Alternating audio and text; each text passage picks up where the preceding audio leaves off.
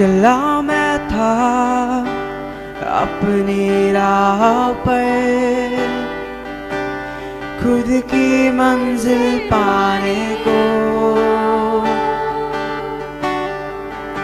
चला मैं था अपनी राह पर, खुद की मंजिल पाने को। बीच राह पर तू मिला, मिल गई नई राह मुझको। बीच राह पर तू मिला, मिल गई नई राह मुझको। अब तू ही मेरी मंजिल है, तू ही मेरी जिंदगी है, तू ही मेरी आरज़ू है, तू ही मेरा पहला प्यार, मेरी हर खुशी है। तू ही मेरी जिंदगी है, तू ही मेरी आरज़ू है, तू ही मेरा पहला प्यार, मेरी हर खुशी। यीशु मसीह,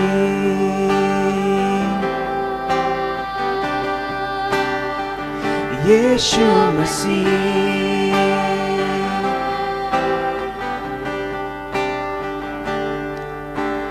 जिंदगी मेरी आरज़ू, मेरा पहला प्यार, जिंदगी मेरी हर खुशी, यीशु मसीह।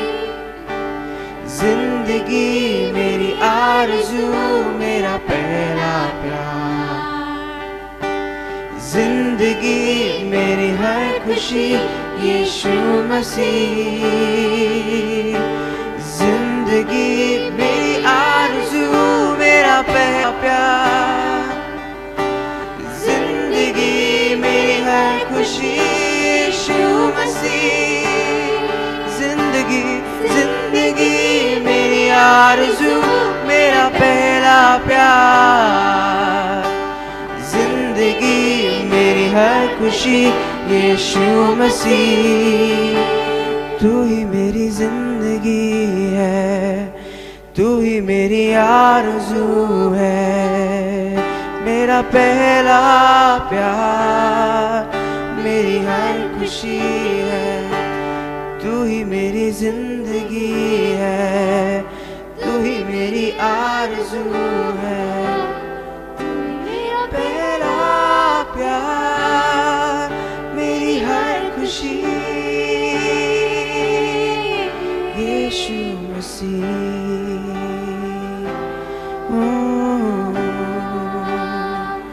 यीशु मसीह,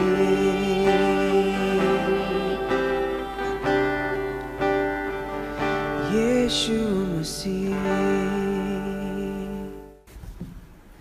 जय मसीह की। Good morning, good afternoon. और एक बार प्रभु यीशु के नाम से आप लोगों का स्वागत है।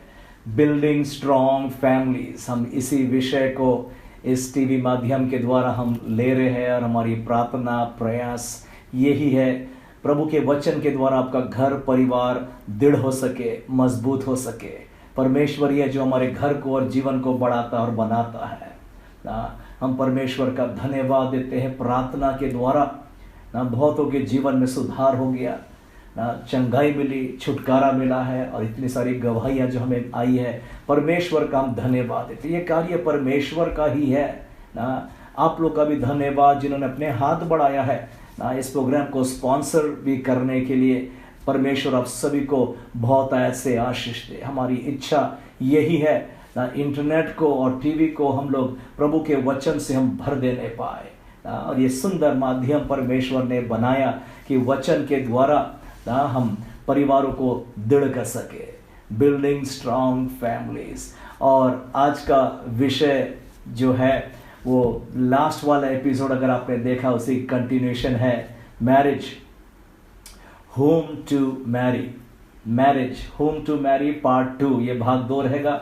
हम किससे शादी करें ना, और ये प्रश्न मैं सोचता हूँ बहुत ही इंपॉर्टेंट प्रश्न है, जो हर एक व्यक्ति को जीवन में इसका सामना करना ही पड़ता है। एक निर्णय, एक डिसीजन लेना पड़ता है। और हम जानते हैं मैरिज का जो डिसीजन होता है, इसको अदल बदल आप नहीं कर सकते, इसको बीच में आप अबैंडन और त्याग भी नहीं सकते हैं। यीशु मसीह खुद ने कहा, जिसको परमेश्वर ने जोड़ा उसे कोई अलग ना करने पाए ना। अब ये यीशु का वचन आपको डराने ना पाए ना, इसलिए तो कुछ लोग डर के मारे विवाह में एंटर ही नहीं करते, या तो कुछ ज्यादा ही लंबा समय लगाते हैं, डिले भी कर देते हैं। पर विश्वास करो ना परमेश्वर पर, जिसने कहा है जब तक यहोवा घर ना बनाए बनाने वाले की सारी मेहनत व्यर्थ। परमेश्वर है जो आपके घर को बनाएगा ना। जब हमको पता लग जाए कि मेरे घर को बनाने वाला परमेश्वर है, तो हमारी चिंता दूर हो गई ना। देखो कई बार जब हम मकान और बिल्डिंग और फ्लैट खरीदने जाते हैं, बहुत सारे प्रश्न पूछते हैं, देखते हैं, पर यह भी पूछते हैं इसका बिल्डर कौन है। और बिल्डर अगर तगड़ा हमको समझ गया ना, तो फिर हम लोग अपना बहुमूल्य कमाई रकम सेविंग्स भी हम लगा देते, क्योंकि जानते हैं बिल्डर कुछ ना कुछ रास्ता भी निकाल देगा। अगर परेशानी आने पर भी ना बिल्डर पर, तो परमेश्वर आपका जीवन को बिल्ड करेगा ना। यहां तक बिल्ड किया परमेश्वर ने। आप घबराइए मत शादी में आगे कदम लेने के लिए, प्रार्थना पूर्वक आप आगे बढ़ेंगे या देखेंगे परमेश्वर कैसे बिल्ड कर देगा। आपके लाइफ में जॉय और हैप्पीनेस और बढ़ता जाएगा। अब घबराइए मत ना। whom to marry एक बहुत इंपॉर्टेंट क्वेश्चन है, परंतु उतना ही इंपॉर्टेंट मैं सोचता हूं whom not to marry। किसके साथ शादी करें जरूर इंपॉर्टेंट है, परंतु किसके साथ शादी ना करें। और लास्ट वाला एपिसोड कुछ इसी बातों पर जोर दिया गया था, किसके साथ शादी ना करें। और मैंने सुलेमान के जीवन से भी एग्जाम्पल लिया था, और उसने कितने सारी अन्य अन्य देशों की स्त्रियों के साथ विवाह किया, प्रेम किया, और उनके साथ उनके देवी देवताओं का पूजा पाठ, उनके लिए मंदिर भी बना दिया। कुछ मिलता जुलता उदाहरण था ना, जो बलाम ने सलाह दिया था बालाक को, मोआब के राजा बालाक को। एक ही तरीका है, इजराइल की प्रजा का नुकसान करना है तो उनको व्यभिचार में गिरा दो, उनको परदेशी स्त्रियों के साथ में विवाह करा दो, और धीरे धीरे करके ना वो परदेशी स्त्रियां अपने अपने देवी देवता, उनके पर पूजा पाठ सब चालू करा दें, जिसके कारण परमेश्वर का क्रोध वहां डेला जाएगा। और हमने पढ़ा भी था लास्ट टाइम 24,000 लोग इजरायली मारे गए थे। वो बलाम की एक छोटी सी टिप्पणियां, सलाह, आइडिया था ना। हमको कितनी सावधानी, whom not to marry बहुत जरूरी है। फिर से रिपीट करूंगा जो पौलुस ने बोला था 2 कुरिन्थी 6 और 14 में, अविश्वासियों के साथ असमान जुए में ना जोतो। Do not be unequally yoked together with unbelievers ना। अविश्वासियों के साथ एक जुआ, एक पार्टनरशिप, एक कॉन्ट्रैक्ट में, एक विवाह में किसी भी तौर से उसमें हम लोग ना जोड़ने पाए ना। ये कुछ बाइबल का रहस्य है, छिपा हुआ रहस्य, प्रिंसिपल्स है for a healthy and peaceable life, जो परमेश्वर हमारे को देना चाहता है। हमने लास्ट टाइम भी सीखा था, कुछ लोग हैं कुछ इमोशनल डिसीजंस लेते हैं ना, कुछ फीलिंग्स, भावनाओं, कुछ रोमांस, डेटिंग होना चाहिए। और ये भी सीखा था कुछ लोग बड़ा दिमाग और कैलकुलेटेड मूव्स भी लेते हैं ना एक फैसला लेने के लिए। परंतु अच्छा होता है कि हम परमेश्वर की आत्मा के अगुवाई चले, और पवित्र आत्मा हमारी अगुवाई करेगा ना, हमारी मदद करेगा। इसलिए पवित्र आत्मा की अगुवाई में हमको चलना बहुत जरूरी होता है। इसलिए आज का पाठ आपके लिए बहुत इंपॉर्टेंट है ना। थोड़ा इस बात को आप ध्यान में रखें कि देखो हमारे जीवन में कुछ ऐसे रिश्ते होते हैं जिसके ऊपर में हमारा कोई अधिकार नहीं है।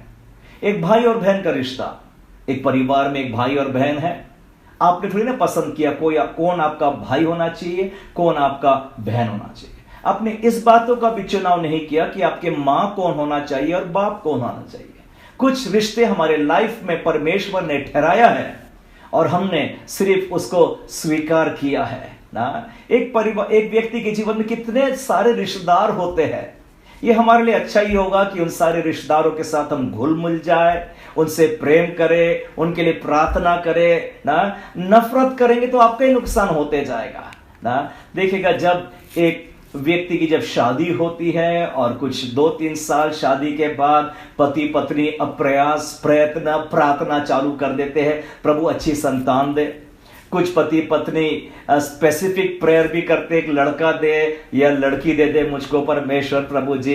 पर हम ये जानते जो परमेश्वर देता है वो अच्छा ही देता है और उसके लिए हम परमेश्वर को धन्यवाद भी देते हैं ना।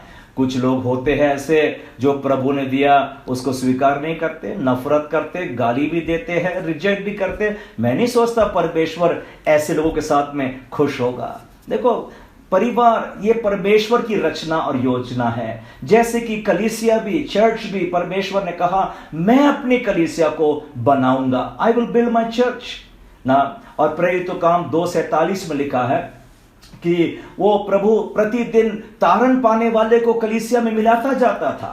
प्रतिदिन डेली तारण पाने वाले को प्रभु जोड़ता है। सो पास्टर डिसाइड नहीं करता है किसको मेंबर को मैं रखूं या ना रखूं। हर मेंबर के लिए थैंक यू लॉर्ड, धन्यवाद, क्योंकि चर्च भी परमेश्वर की रचना है ना। सो इसलिए घर और परिवार में भी ना परमेश्वर के हाथ को देखे हमारे घर को और जीवन को बढ़ाने बनाने। इसलिए जब आप मैरिज पार्टनर को, स्पाउस को ढूंढने निकले हैं, प्रार्थना करो और प्रभु पर भरोसा करें कि प्रभु आपकी मार्गदर्शन अगुवाई करेगा, सही व्यक्ति आपके जीवन में लेकर के आएगा। आइए हम फिर से वो एग्जाम्पल लेंगे जो हमने लास्ट एपिसोड में भी लिया, इजाक और रेबका के बारे में ना। ये कितना एक अद्भुत, एक अच्छा कपल है ना। इनके पास संतान जो जुड़वे पैदा हुए, ईसा और जेकब। और हम जानते हैं याकूब तो इजराइल के 12 गोत्र उसके द्वारा उत्पन्न हो गए। परंतु उस बातों को हमने देखा कि कैसे उनकी मुलाकात हुई, कैसे परमेश्वर ने मार्गदर्शन किया ना, उनका कनेक्शन मिलाया। कोई इंटरव्यू नहीं था, कोई फोटो एक्सचेंज नहीं था, कोई फेसबुक अकाउंट भी नहीं था, व्हाट्सएप भी नहीं, शादी.com भी नहीं ना। परंतु उनका विवाह कितना सुख था और आनंद था। और आप कह सकते हैं ये तो सब ओल्ड फैशन था भैया, उन दिनों में चलता था, अभी नहीं चलता है ना। परंतु हम जानते हैं हमारा परमेश्वर कल, आज और युगानुयुग एक सा परमेश्वर है। परमेश्वर ने, पवित्र आत्मा ने इंटेंशनली ऐसे भी एग्जाम्पल्स रखा है बाइबल में जहां पर प्रभु अगुवाई कर रहा है विवाह के लिए, शादी के लिए।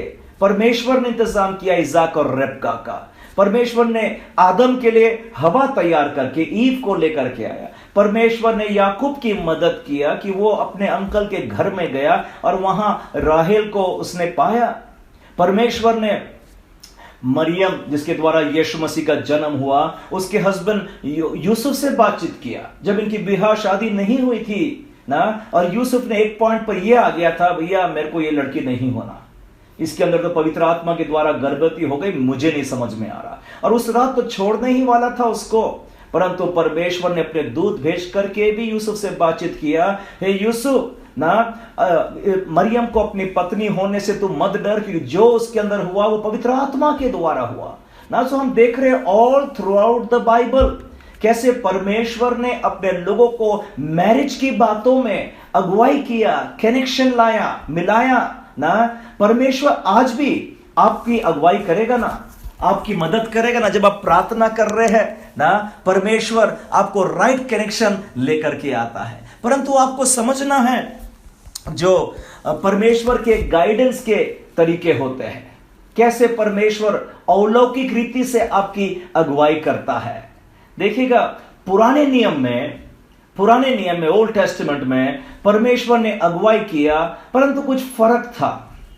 ओल्ड टेस्टामेंट पे देखिए, फिर से अपन अगर इजाक और रेबका की घटना देखें तो अब्राहम ने अपने नौकर को भेजा ना। भरोसा परमेश्वर पर है कि परमेश्वर उस नौकर की मदद करेगा ना। और हम जानते हैं नौकर ने चिन्ह मांगा, थोड़ा ध्यान से सुनना।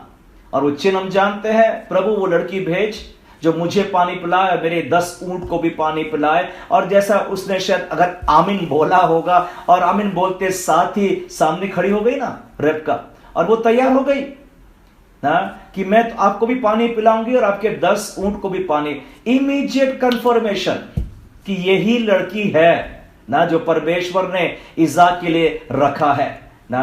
दूसरा उदाहरण देखेंगे आप, गिडियन ना, न्यायाधीश न्यायाधीश 6 चैप्टर में और 39 वाला कलम 40 वाला कलम आप जानते हैं, उसमें भी चिन्ह मांगा ना परमेश्वर से। उसने कुछ ऊन रखा था और प्रभु ओस जब गिरती है ऊन सूखा रहे, आजू बाजू गीला रहे, और वैसा ही हुआ। दूसरा दिन लॉर्ड वन मोर टाइम और एक चिन्ह मांगता हूं। देखो ओल्ड टेस्टमेंट में गाइडेंस कैसे हो रही है ना। उसने चिन्ह मांगा और इस टाइम कहता है परमेश्वर आजू बाजू गीला रहे ना और ऊन सूखा रहने पाए, और वैसा ही हुआ ना। जैसा उसने बोला था वो चिन्ह मांगा और वो चिन्ह पूरा हुआ। आप तो योना के भी दिनों का जानते, जोना के बारे में ना, जब इतना बड़ा बाढ़ तूफान उस बोट में आया था, मिस्टर जोना तो पीछे सो रहे थे। लोगों ने छिट्टी निकाला और क्या सही नाम निकला ना। प्रभु ने अगुवाई किया कि ये बाढ़ ये तूफान किस कारण से आया है ना? और प्रभु ने बताया ये बाढ़ ये तूफान योना के कारण आया है। तो हम देखते हैं ओल्ड टेस्टमेंट में कैसे स्पेसिफिकली खास रीति से चिन्हों के साथ प्रभु ने अगुवाई किया। अब न्यू टेस्टमेंट में हम जब आते हैं ना, जो अनुग्रह का समय है और जिसमें पवित्र आत्मा हरेक पर उंडेला गया। परमेश्वर आज भी अगुवाई करता है, परंतु अगुवाई करने के तरीके थोड़ा भिन्न हो गए। उसको समझना आपको बहुत जरूरी है ना। ओल्ड टेस्टमेंट में क्योंकि हरेक के लिए पवित्र आत्मा उपलब्ध नहीं था, तो परमेश्वर उनको उनकी 5 इंद्रियों को इस्तेमाल वो लोग करते थे ना। 5 इंद्रिय आप जानते, सुनना ना, सूंघना, चखना, देखना, स्पर्श करना ना। ये 5 सेंसेस के द्वारा हमारे ब्रेन को सिग्नल मिलता है। इसलिए उन दिनों में ये सब फिजिकल साइंस मांगते थे जो उनके 5 सेंसेस को समझ में आ जाए ना। ओल्ड टेस्टमेंट में वो भिन्न था, वो उस रीति से परमेश्वर अगुवाई करता था। परंतु न्यू टेस्टमेंट में जब क्रिस्त की आत्मा हमारे अंदर डाली गई है, पवित्र आत्मा का एक इंपॉर्टेंट रोल ये भी है ना कि हमारी वो मार्गदर्शन करे, हमारी अगुवाई करे। मैंने लास्ट टाइम इसी बताया था 1 कुरिन्थी 2 और 9-10 के द्वारा ना, कि पवित्र आत्मा के द्वारा परमेश्वर अपनी इच्छाओं को प्रकट करता है। पवित्र आत्मा का बहुत सारा जिम्मेदारी और काम है, और उसको वहीं तक सीमित मत रखो। चिन्ह चमत्कार के लिए सामर्थ, अन्य भाषा के लिए सामर्थ, चंगाई की सामर्थ, वेरी गुड, वो सब बात बहुत अच्छी है। परंतु और एक important function of the Holi spirit है, वो है मार्गदर्शन, काउंसिल, गाइडेंस, लीडिंग। ये पवित्र आत्मा कराता है ना। जब पवित्र आत्मा हमसे बातचीत करता है, हो सकता है कई बार कोई भविष्यवक्ता के द्वारा एक ऑडिबल वॉइस, कानों पर पड़ने वाली आवाज, कोई पास्टर के द्वारा या कोई विश्वासी जो पवित्र आत्मा से भरा है ना, वो भी कोई शब्द लेकर के आ सकता, या तो आपके अंदर से एक आवाज आ रही है और आप जानते हैं ये परमेश्वर ने बोला है मुझको करने के लिए। ये देखिए पवित्र आत्मा की अगुवाई में जब चलते हैं, आपको सीखना है कैसे परमेश्वर अगुवाई करता है पवित्र आत्मा के द्वारा। प्रेरितों काम उसका 10 वाले चैप्टर में जब पतरस की अगुवाई प्रभु ने आत्मा के द्वारा करी और कर्नेलियस से घर में भेजा। देखो पतरस पवित्र आत्मा से भरा, इसलिए पवित्र आत्मा के द्वारा प्रभु ने पतरस से बातचीत की। कर्नेलियस अन्य जाति है, वहां पर स्वर्गदूत आया था। कर्नेलियस के पास स्वर्गदूत आया, उसको बोला तू जा और एक इस नाम व्यक्ति सड़क पर, उसको तू लेकर किया। बिकॉज कर्नेलियस के अंदर पवित्र आत्मा इस समय तक नहीं है, पर पतरस में आत्मा है, इसलिए होली स्पिरिट के द्वारा प्रभु ने अगुवाई किया। और उसमें लिखा है पतरस ऊपर छत पर सो रहा था और एक सफेद चादर देखा और उस पर कुछ प्राणी गिरते देखा, शुद्ध और अशुद्ध, और आवाज आई उठ मार खा, उठ मार खा ना। पतरस को कुछ समझ में नहीं आया। पतरस ने बोला प्रभु मैंने आज तक के जो अशुद्ध या कॉमन बातें इसको मैंने नहीं खाया। परमेश्वर ने उसको स्पष्ट रीति से कहा जिसको परमेश्वर ने शुद्ध किया, प्रेरित 10 और 15 ना, जो कुछ परमेश्वर ने शुद्ध ठहराया उससे तू अशुद्ध मत कहना ना। पतरस को समझ में नहीं आ रहा है। देखो होली स्पिरिट बातें कर रहा है ना, कुछ समझ में नहीं आ रहा, परंतु आगे होली स्पिरिट ने बोला सामने द्वार पर 3 लोग खड़े हैं, बिना सोचे समझे तू चले जाना। देखो मार्गदर्शन होली स्पिरिट का ना।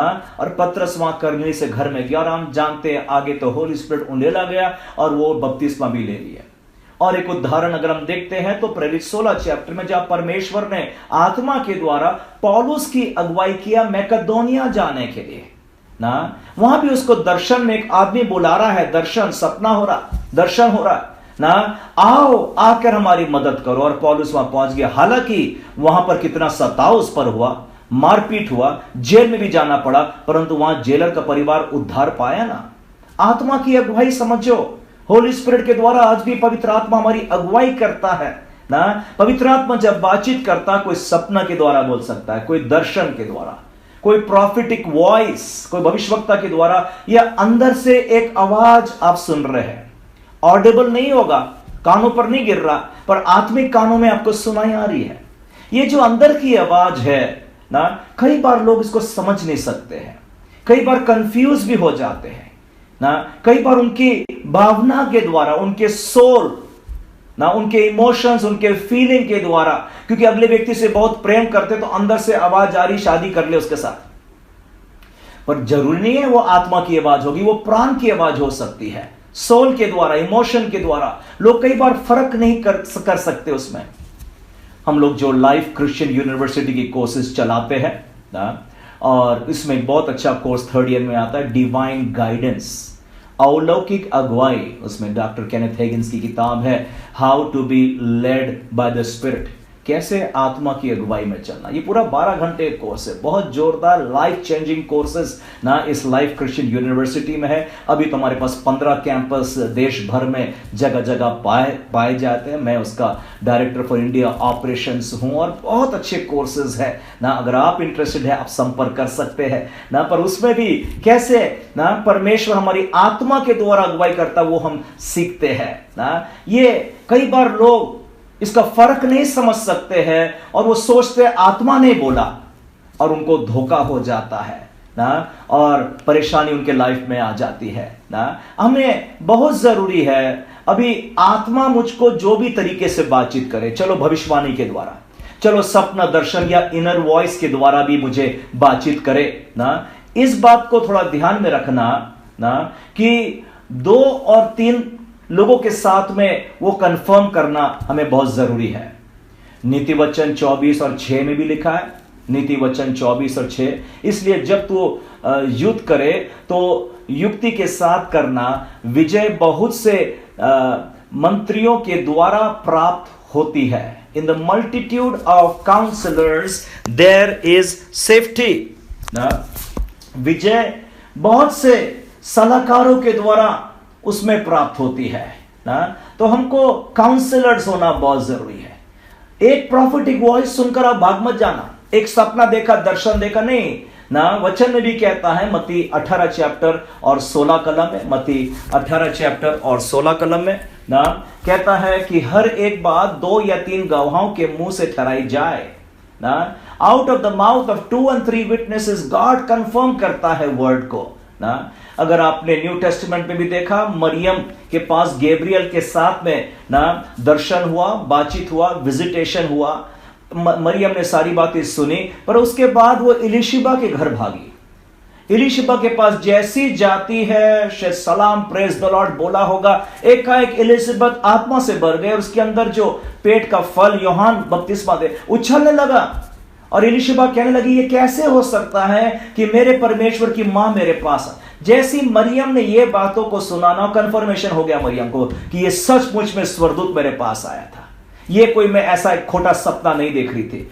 तब जाके मरियम ने लूक 149 में उसने जाकर के फिर प्रभु की प्रशंसा करना चालू कर दिया, और कहता है, सर्वशक्तिमान ने मेरे लिए बड़े बड़े काम किया, और उसका नाम पवित्र है। ये बहुत जरूरी था मरियम को इलिशिबा के पास जाने का ना। वहां कंफर्मेशन हो गया, और फिर जाकर वो ना धन्यवाद परमेश्वर का देना चालू करती है। इसलिए विवाह के मामले में आपको कंसल्ट करना है और लोगों के साथ में जो पवित्र आत्मा से भरे हुए लोग हैं। 2 और 3 लोगों के साथ में शेयर करिए ना, जो अंदर की इनर वॉइस जो सुना, सपना सुना, दर्शन देखा आपने ना, प्रॉफिटिक वॉइस हुआ, वो आप 2-3 से शेयर करेगा, और जरूर से प्रभु आपकी अगुवाई करेगा, प्रार्थना पूर्वक होगा ना, और उसमें परमेश्वर की आशीष होती है ना। इसलिए मैरिज का ये डिसीजन लेना ना बड़े सावधानी के साथ में ना, परंतु क्योंकि हमारे पास में पवित्र आत्मा है, इसलिए हमें कोई दिक्कत नहीं होगी।